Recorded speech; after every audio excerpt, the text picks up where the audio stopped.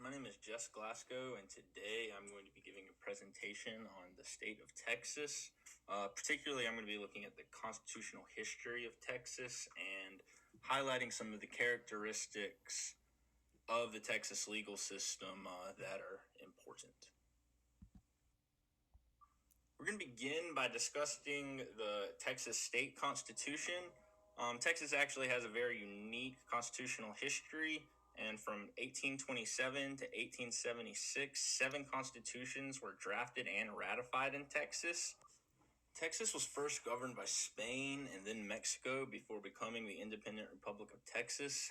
Then, after 9 years as a nation, Texas became a part of the United States, joining the Union as the 28th state. Then when the Civil War broke out, Texas seceded from the Union, joining other southern states to form the Confederate States of America.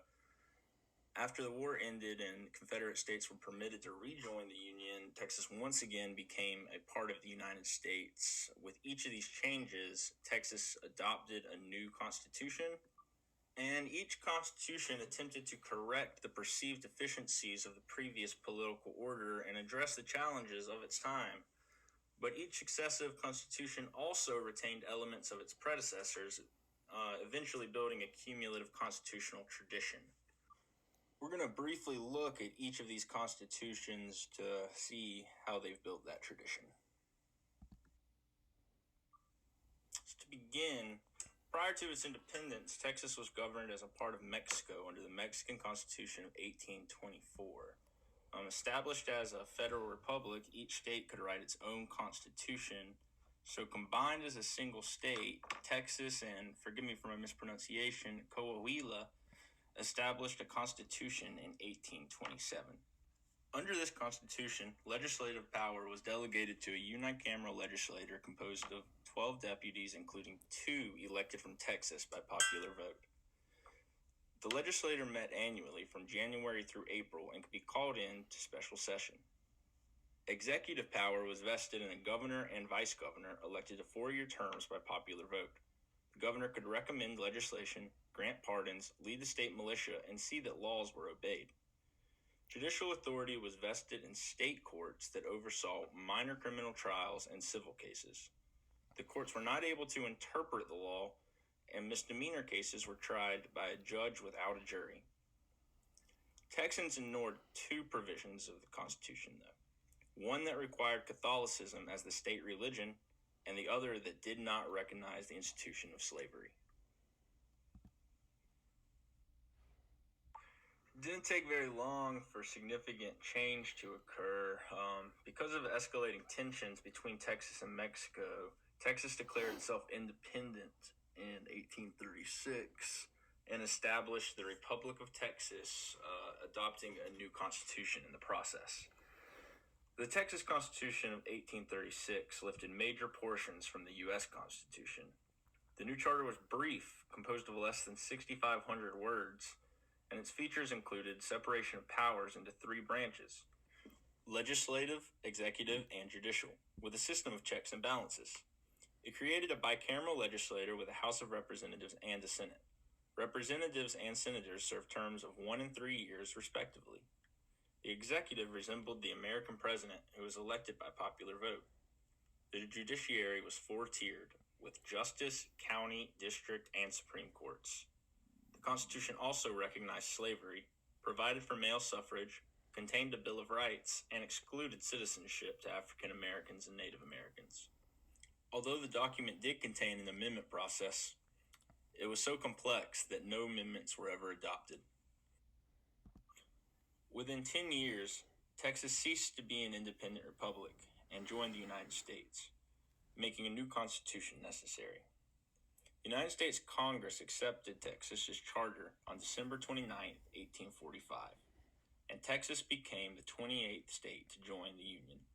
The Texas Constitution of 1845 was a document of broad, general principles that allowed state government the flexibility to solve policy problems as they arose. It continued the tradition of a bicameral legislature, now meeting once every 2 years. Representatives served 2-year terms, while senators were elected for 4 years. Legislators' pay was set at $3 for each day of attendance. The governor's term was 2 years, limited to serving no more than 4 years in any 6-year period. The Attorney General and Secretary of State were appointed by the governor and confirmed by the Senate. The governor could convene the legislature, was the commander-in-chief of the state militia, granted pardons and reprieves, and could veto legislation, which could be overridden by a 2/3 vote of both houses. The judiciary consisted of a Supreme Court, district courts, and additional courts created by the legislature. Judges to the Supreme and district courts were appointed by the governor. Amendments required proposal by a 2/3 vote of both houses of the legislature and ratification by a majority popular vote. Only one amendment to that Constitution was ever approved by Texans. The Texas Constitution of 1845 also created a public school system and established the Permanent School Fund. The Constitution of 1845 was also heavily influenced by Jacksonian democracy, a political philosophy named for the policies implemented by President Andrew Jackson during the 1830s and 1850s. Jackson attacked a ruling class which he argued dominated an activist government, concentrating financial and political power to the benefit of a relatively small number of elites.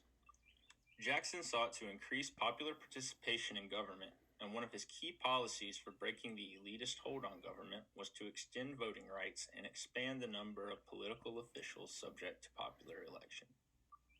The long ballots with which Texas voters still contend today are a direct legacy of Jacksonian democracy and the Constitution of 1845. Entering what has to be the most shameful period of Texas constitutional history, when Texas seceded from the United States at the beginning of the Civil War in February of 1861, a new constitution was drafted by delegates of the Secession Convention. In most instances, the wording of the Texas Constitution of 1845 was kept intact, but the words United States of America were replaced with Confederate States of America. Most laws not in conflict with the Confederacy remained valid, but a clause permitting the emancipation of slaves in the 1845 Constitution was eliminated, and the freeing of slaves was declared illegal. The structure of the legislative, executive, and judicial branches remained the same as the 1845 version. Overall, it was a conservative document without many of the radical changes suggested by secessionist leaders.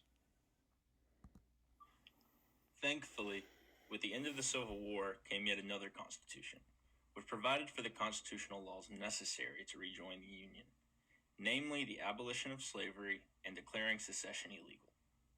In addition, the delegates to the Constitutional Convention of 1866 made other modifications to the document. The powers and structure of the bicameral legislature remained fundamentally the same as the Texas Constitution of 1845, but salaries were increased to $8 a day. Legislators were also now required to be white men with a prior residence of 5 years in Texas, unfortunately. The governor's term was increased to 4 years, but the governor could not serve more than 8 years in any 12-year period. And for the first time, the governor was given the line-item veto on appropriations bills. The state Supreme Court was increased from 3 to 5 judges with a 10-year term of office. District judges were now elected by popular vote for 8-year terms. The process of constitutional amendment was revised to require a 3/4 majority of both houses of the legislature and approval of the governor to call a convention to propose changes.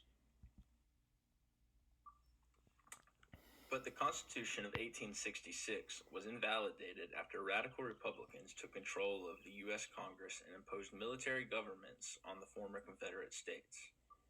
As a condition to re-entering the Union, states had to draft new constitutions acceptable under the Reconstruction Acts.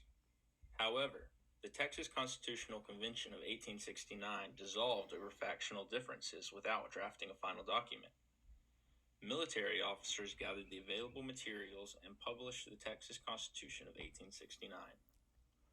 The new document declared the U.S. Constitution the supreme law of the land. Slavery was abolished and equality of the law was extended to all persons. Legislative changes included extending terms of Texas senators to 6 years, and legislative sessions would now be held every year. In the executive branch, the Attorney General and the Secretary of State were now appointed by the governor, with all other officials elected by popular vote. The number of Supreme Court justices was reduced to 3, with the term shortened to 9 years. All judicial offices were now appointive. The amendment procedures were unchanged from the Texas Constitution of 1866. The Constitution also included a compulsory school attendance law and provided for state supervision of education. While it provided a hospitable environment for the civil rights of newly freed African Americans in an activist government, the radical Republican Constitution was able to garner public support needed for approval only because those with Confederate sympathies, the majority Anglo-agrarians, were barred from voting. When Democrats regained control of state government in 1873 from radical Republican Governor Edmund J. Davis, their first priority was to draft a new constitution for Texas. In 1875, when delegates gathered in Austin at the Constitutional Convention, a group of white Southern agricultural elites known as the Grange sought to restrict the size and scope of state government. As a result, they abandoned the pattern established in the Texas Constitution of 1845 of a document phrased in broad terms, choosing instead to draft a restrictive constitution of great length and detail. The convention effectively limited the authority of every branch of Texas government. The legislative sessions were reduced to 140 days every other year. Salaries were reduced and a balanced budget was mandated. They restricted the governor's appointment powers by creating the plural executive, which divided power among several elected officials, including the lieutenant governor, attorney general, comptroller, treasurer, and land commissioner. To limit the power of the judicial branch, they divided the court into 2 systems, one for criminal trials and the other for civil cases. All judges would be elected by popular vote with relatively brief terms. In early 1876, Texas voters approved the new Constitution by a margin of 2-1. Although amended over 450 times, the Texas Constitution of 1876 remains the current charter for the state. In a few ways, the United States and Texas constitutions are similar documents. They both embody the principles of representative democratic government, in which sovereignty emanates from the people. Both contain a Bill of Rights that protects civil liberties from government infringement. Both provide for a bicameral legislature with the House of Representatives and the Senate. Both seek a system of checks and balances and separation of powers between legislative, executive, and judicial branches of government. And both divide government power between upper and lower levels of government. In the U.S. Constitution, the states are subordinate to the federal government, and in the Texas Constitution, the counties are subordinate to the state government. But beyond these general similarities, the 2 constitutions have little in common. Next, let's look at some of the differences between the 2 constitutions. To begin with, the 2 constitutions arose out of very different circumstances and for radically opposite complaints with the document each was meant to replace. With the U.S. Constitution, the problem with the earlier Articles of Confederation was that the government was too decentralized and not powerful enough. The U.S. Constitution was designed to overcome these weaknesses and offer a degree of centralization and increased government power. But this is precisely what the Texas Constitution was designed to reverse and avoid. The framers of the U.S. Constitution wanted to enable government action, while the framers of the Texas Constitution wanted to limit government action in any way possible. More specifically, the 2 constitutions differ in length and language. Whereas the U.S. Constitution is brief and vague, and thus allows the federal government to broadly interpret the Constitution and claim implied powers to meet specific public policy challenges, the Texas Constitution is long, detailed, and contains many statutory provisions that specify precisely what the government is allowed to do and what it is not allowed to do. When public policy challenges arise, Texas's public officials do not have the option of interpreting the Constitution in a manner that would allow them to deviate from the specific language of the document. Instead, public officials must amend the Constitution if they wish to act outside the detailed language set forth in the Basic Law. The location of language in each document is also revealing. Whereas specific civil liberties in the U.S. Constitution are mostly listed in amendments known as the Bill of Rights, a Bill of Rights forms the very first article of the Texas Constitution. The two documents also differ in their treatment of the executive branch. Whereas the U.S. Constitution creates a unitary executive that concentrates executive power in the president, the Texas Constitution creates a plural executive that disperses executive power across multiple elected offices, thereby fragmenting the executive branch of government and preventing power over the executive branch from concentrating in any one individual or office.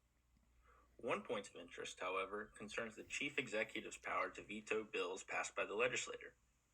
The line item veto in the Texas Constitution allows the governor to veto specific items contained within appropriations bills passed by the legislature. At the federal level, however, the U.S. Supreme Court has ruled the line item veto unconstitutional, arguing that it violates the separation of powers between the legislative and executive branches. The fact that the Texas Constitution provides for a line item veto demonstrates an affinity for limited government and limited spending, even if it comes at the cost of granting power to the governor in a way the rest of the Constitution is designed to avoid.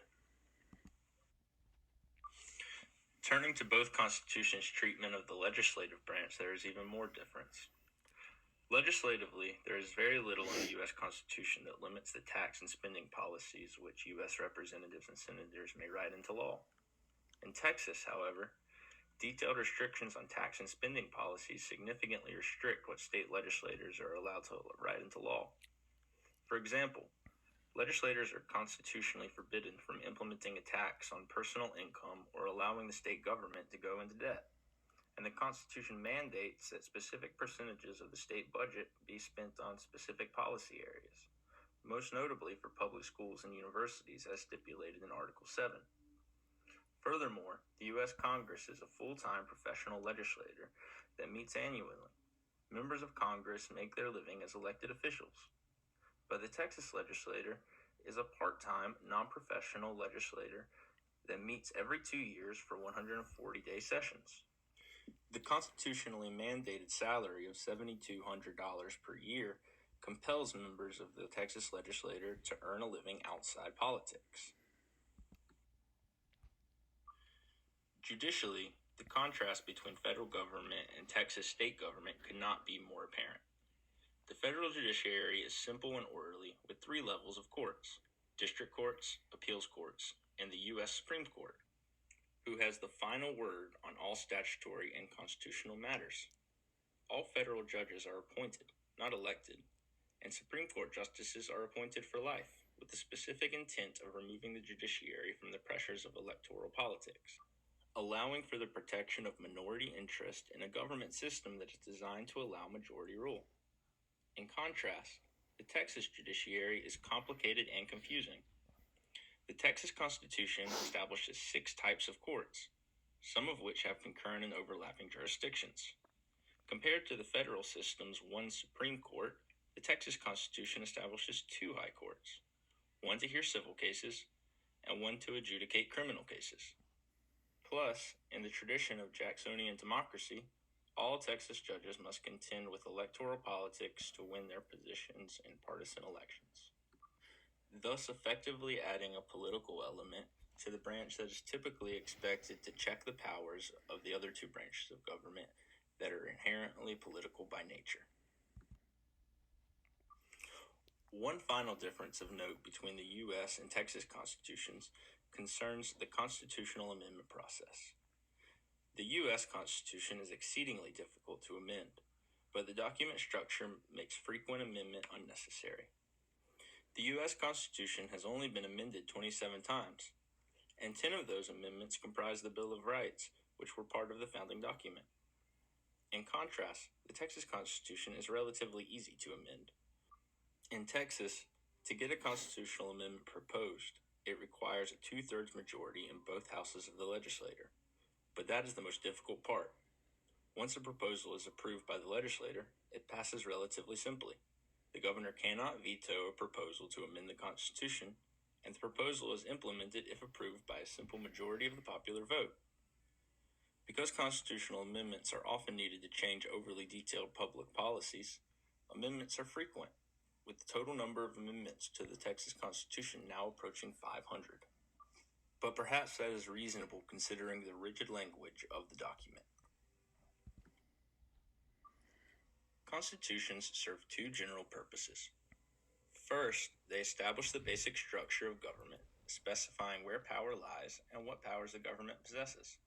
Second, constitutions limit government powers by enshrining the civil liberties that the government cannot violate. The Texas Constitution accomplishes both of these purposes, but was also designed to make government policymaking a difficult task. At an incredible length, the Texas Constitution lacks elegance and economy. It reflects the state's individualistic political culture and a mistrust of government, which have translated into weak political institutions across the board. Consistent with its original intent of ensuring state government would never be oppressive, the Texas Constitution fragments and limits government power. Critics of the Texas Constitution claim it's too long, too complicated, poorly organized, and most importantly, handicaps the state government from effectively addressing the challenges of an economically complex modern society. Such critics believe constitutional reform is desperately needed to provide a more efficient political system, yet constitutional reform attempted on several occasions in the state legislature has consistently failed. Whatever its flaws, it is clear the Texas Constitution accurately reflects the prevailing political culture of the state.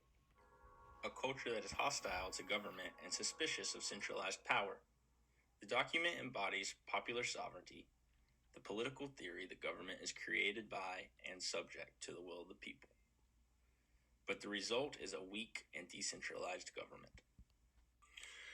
We'll now look at Texas court structure. Texas's court system has 3 levels: trial, appellate, and supreme. The trial level, or local, courts are the most numerous, consisting of over 450 state district courts, over 500 county courts, over 800 justice of the peace courts, and over 900 municipal courts. These courts handle the vast majority of legal matters in Texas. Most cases start out at the trial level, and most end there as well. However, if a party is unhappy with the outcome of their case, they can appeal it to one of 14 state appellate courts. The appellate court will review the trial court's work and decide whether to consider the appeal. If a party is unhappy with the outcome of the appellate case, they can appeal it further up to one of the courts of last resort. Unlike most states, Texas has 2 courts of last resort, also called Supreme Courts. Like the appellate courts, these courts consider cases that are appealed from the lower courts. They also hear cases appealed from the federal Fifth Circuit courts. The Texas Supreme Court hears civil appeals, while the Texas Court of Criminal Appeals hear criminal cases, including death penalty appeals.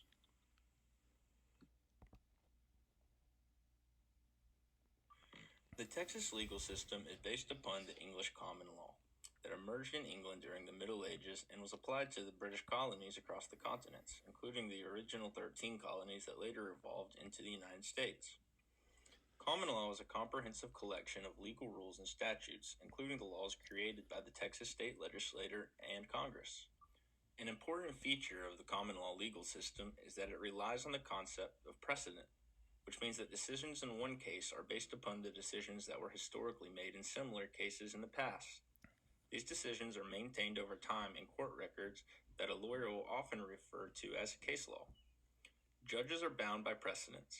However, the precedents to be applied in the decision of each new case is determined by the presiding judge, subject only to a claim of reversible error if one side chooses to appeal the case to a higher court. The Court of Appeals doesn't hold a new trial. Rather, it reads the transcript of what was said by the lower court judge, the lawyers, and the witnesses in the trial court, and reviews the evidence that was offered and admitted into evidence. In this way, the Court of Appeals determines that the trial judge followed the precedents and if the verdict or judgment is correctly based upon the law and evidence. The Texas Supreme Court is the final and highest court of appeal in Texas for civil cases. Their decision process is similar to the lower courts of appeal, but is based solely on whether the Court of Appeals followed earlier precedent when they decided to uphold or reverse the trial court. The decisions made by the Texas Supreme Court are always precedent for other Texas appeals courts and trial courts to follow. The common law system is designed to allow the attorneys for both sides to present their evidence and argument to an impartial judge using the precedents and rules as the standards in order to guarantee that fairness will be achieved. Though because judges are elected political figures, the Texas common law tradition is likely less impartial than other states. So that is my presentation. I hope that you enjoyed it. This is the only class that I still need to pass in order to graduate later this summer. So I hope that can happen. I've really enjoyed your class this semester, and I really appreciate everything that you've taught me. I know things have been crazy with the coronavirus and everything, but I've really learned a lot, and I really appreciate it. So thank you, and I hope this is good enough. Thank you.